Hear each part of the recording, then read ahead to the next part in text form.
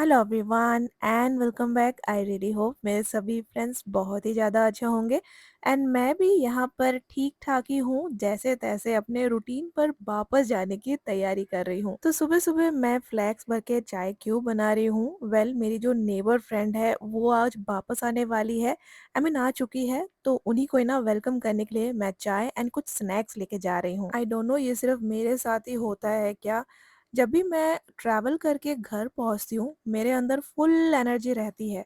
लेकिन ट्रैवल करके जब मैं वापस आती हूँ back to my own place, पता नहीं क्यों बहुत डल-डल सा फ़ील होता है, टायर्डनेस रहता है, कुछ भी काम करने का मन नहीं करता है। जैसे कि आज ही का बता दूँ, सूटकेस में ना आने के बाद से जितने भी कपड़े हैं, वो मैंने अनपैक नहीं किया है। आज मुझे सूटकेस से सारे कपड़े निकालने हैं। ब्रेकफ़ास्ट यहाँ पर हल्का-फुल्का सा ही था, वो मैं कर चुकी हूँ। मेन मेरा फ़ोकस था कि घर को ना एकदम अच्छे से मुझे रिफ्रेश करना था। बहुत सारे कपड़े पाइल अप हो गए हैं, उनको वॉश करना है एंड ना मतलब बैक टू बैक काफ़ी सारे ऐसे काम हैं, जो ना ट्रैवलिंग के यानी कि वेकेशन के बाद भी अभी भी घर में ना पेंडिंग से पड़े हुए हैं। तो देखिए फाइनली आज जाके मैंने ट्रॉली से सारे कपड़े निकाले हैं एंड ट्रॉली जब ओपन होता है ना घर आने के बाद स्पेशली, उसमें ना अलग ही उसको अनपैक करने में सैटिस्फैक्शन मिलता है, क्योंकि काफ़ी सारे शॉपिंग वाले आइटम हमने कर रखे होते हैं, वो हमें देखने को मिलते हैं। एंड देखिए पैक रहते-रहते नए कपड़ों में बहुत सारे रिंकल आ गए हैं। आयरन करके रख तो लूँ, लेकिन जब मैं इनको निकालूँगी पहनने के लिए, फिर से इस पे रिंकल आ ही जाएँगे। लेकिन मुझे ज़रूरत थी ऐसे प्रोडक्ट की जिससे तुरंत का तुरंत रिंकल रिमूव हो जाए एंड तब जाके मैंने परचेज़ किया अगारो का रेजेंसी हैंडहेल्ड गारमेंट स्टीमर। ये परफेक्ट है गारमेंट स्टीम करने के लिए without using any pressure and आप ये डिफरेंट टाइप के फैब्रिक पर यूज कर सकते हैं, जैसे कि nylon, silk, linen, woollen, cotton and आप तो ये कर्टन एंड वेडिंग आइटम को भी स्टीम करने के लिए यूज कर सकते हैं। इसमें आपको स्टेनलेस स्टील का प्लेट विद 7 आउटलेट मिल जाती है, जिससे कि इजीली ये कपड़ों के ऊपर ग्लाइड हो पाते हैं। इसके नीचे छोटा सा एक स्विच भी दिया जाता है, जिससे आप कांस्टेंट स्टीमिंग को कंट्रोल कर सकते हैं। इसके जस्ट नीचे आपको 250 ml का रिमूवेबल वाटर टैंक मिल जाता है, जिससे स्टीमिंग आप कर सकते हैं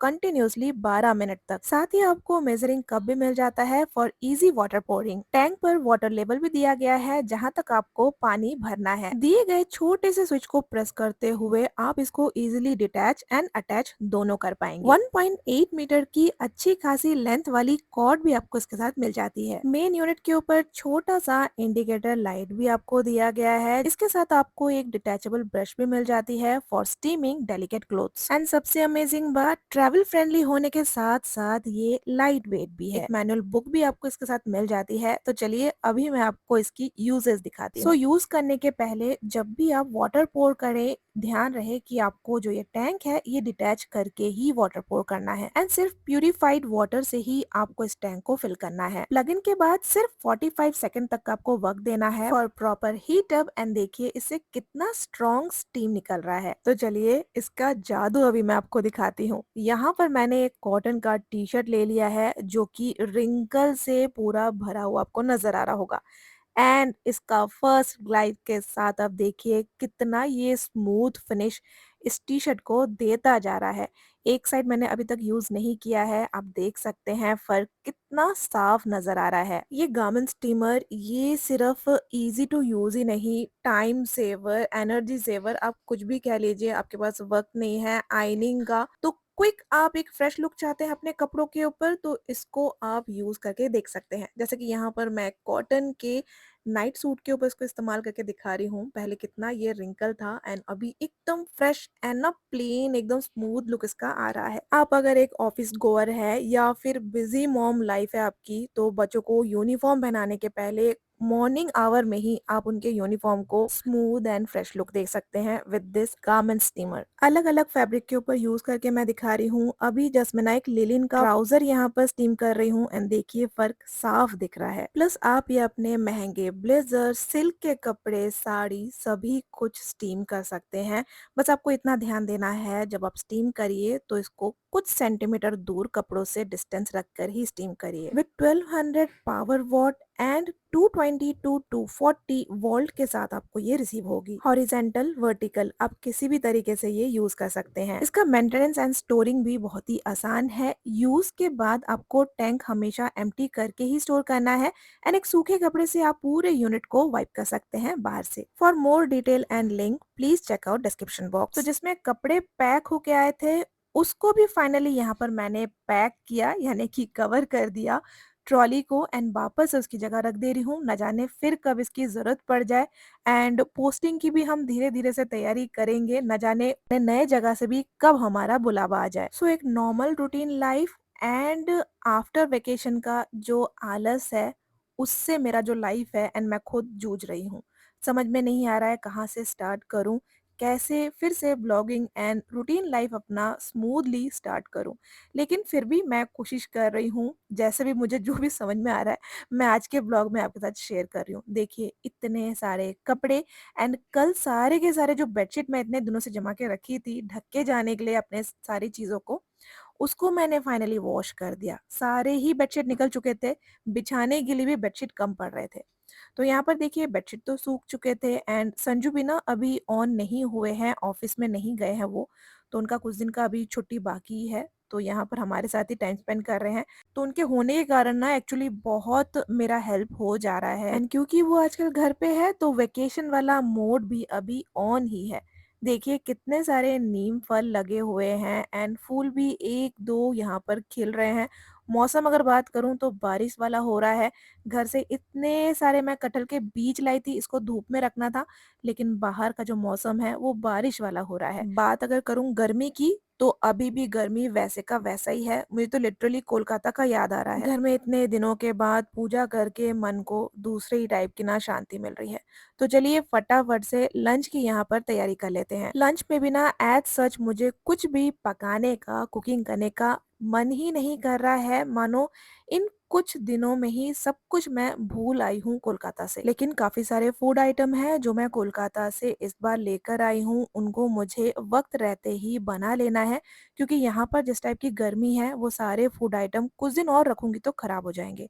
सबसे पहले मैंने यहाँ पर राइस बिठा दिया है एंड आज बनने वाला है केले के पत्ते वाला फिश। क्योंकि आपको मैंने बताया था कि प्रॉपर जब भी मैं घर से आती हूँ केले के पत्ते एंड फिश मेरे घर से, इन लॉज के घर से आते ही हैं। लेकिन इस बार इन लॉज के घर से वैसा कुछ आया नहीं है, सभी कुछ मम्मा ने मेरे लिए भेजा है। तो पहले भी बहुत बार मैंने इस केले के पत्ते में फिश वाला रेसिपी शेयर किया है, लेकिन आज मम्मा का रेसिपी मैं यूज करने वाली हूँ जो कि रिसेंटली उन्होंने मेरे साथ शेयर किया है। लेकिन चलिए इसके पहले जितने भी दोस्त लोगों ने कमेंट किए थे उनके मैं नेम यहाँ पर मेंशन करने वाली हूँ।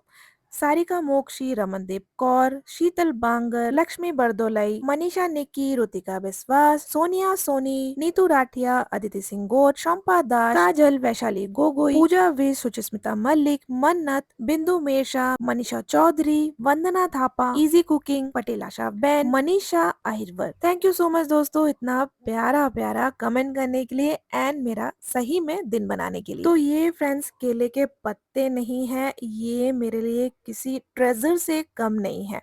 केले के पत्ते दूर शहर में बिल्कुल भी नहीं मिल पाते हैं, इक्का दुक्का क्वार्टर में दिख भी जाते हैं तो ना एक फीलिंग होता है ना कि कैसे मांगू, क्या करूं।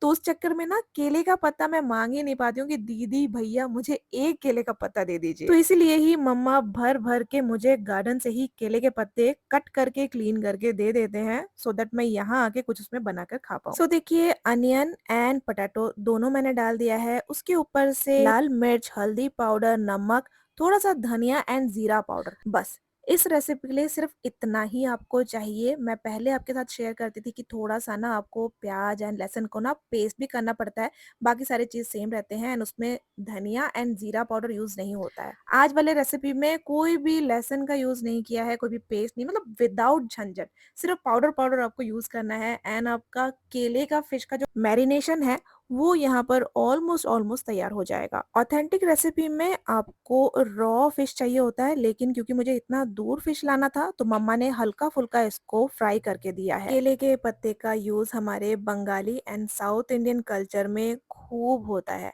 इसी के अंदर ना पैक करके दिया है एंड फ्रेशनेस इसकी लॉक रहती है। तो यहाँ पर देखिए सब कुछ रेडी हो चुका है। यहाँ पर मैंने अपना पुराना सा तवा निकाल लिया है। केले के पत्ते का ना उल्टा तरफ जो होता है ना, जो कि अंदर की तरफ रहता है, उसको हमें बेसिकली खाने के डायरेक्ट टच में यूज़ करना है। देखिए मैं यहाँ पर ना ढक्कन लगा के मेज़र कर ले रही हूँ कि कितना पार्ट मुझे कट करना है, क्योंकि यही पार्ट होता है ना कि जो जलना शुरू हो जाते हैं सबसे पहले। तो उस चीज़ को अवॉइड करने के लिए मैं भी जितने भी पार्ट बाहर से निकले हुए हैं उसको मैं यहाँ पर कट कर ले रही हूँ। यूँ तो मैरिनेशन के टाइम भी मैंने थोड़ा-सा सरसों का तेल यूज़ किया था, लेकिन एक बार मैंने without using any kind of oil इस रेसिपी को बनाया था, मतलब ज़ीरो ऑयल। आजकल बहुत ट्रेंड में है ना नो ऑयल, नो फ्लेम वाला कुकिंग, बिल्कुल नो ऑयल वाला मैंने कुकिंग किया था।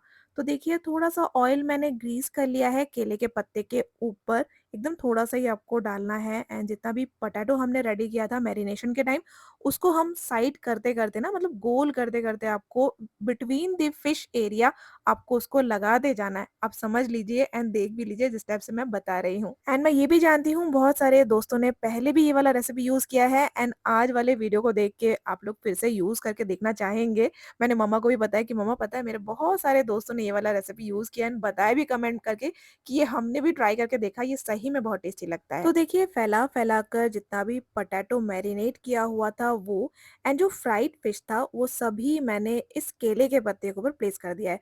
कुछ फिश बच गए हैं, ये मैं आगे किसी दिन यूज़ कर लूँगी। भले ही घर का काम करने में मुझे ज़ीरो मोटिवेशन मिल रहा है, लेकिन केले के पत्ते में अपना फ़ेवरेट डिश बनाते हुए, क्योंकि कुकिंग मुझे बहुत ज़्यादा अच्छा लगता है, मुझे ना एक अलग ही sort of satisfaction and motivation मिल रहा है। सो इसके ऊपर से भी जस्ट 2 लेयर ऑफ केले का पत्ता मैंने डाल दिया है, क्योंकि ना इसको ढकना है अभी हमें। तो ऊपर की तरफ भी ना केले के पत्ते मैंने डाल ही दिया है, क्योंकि फ्लिप करने के टाइम ना ये केले के पत्ते बहुत काम आएँगे। सबसे छोटा वाला बर्नर किया हमने ऑन एंड रेसिपी इसके ऊपर तवा के साथ हमने बिठा दिया। थोड़ी देर तक हमें टाइम देना पड़ेगा, 15 से 20 मिनट में ये रेसिपी बन के तैयार हो जाएगा।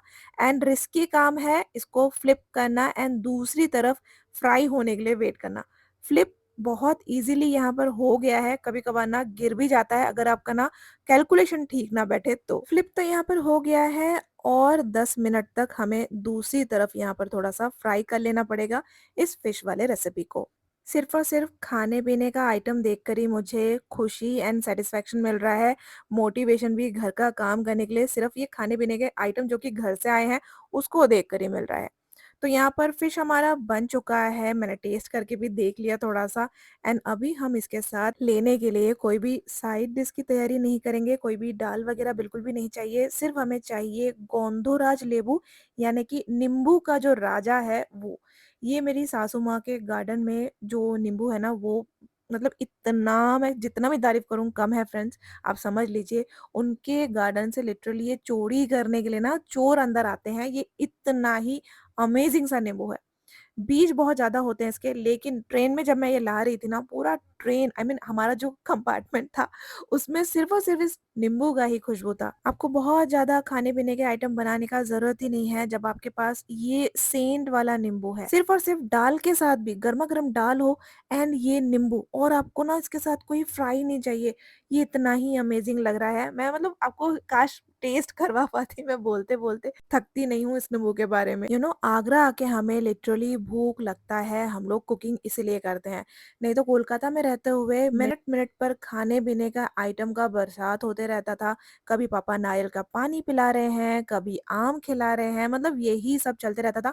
उधर भूख ही नहीं लगता था, इसलिए हमें जो चीज़ खाना था यानी कि गोलगप्पा, बिरयानी, वो हम नहीं खा पाए, क्योंकि ऑलरेडी हमारा पेट फुल रहता था। कोलकाता की ढेर सारी बातें आगे और भी होंगी।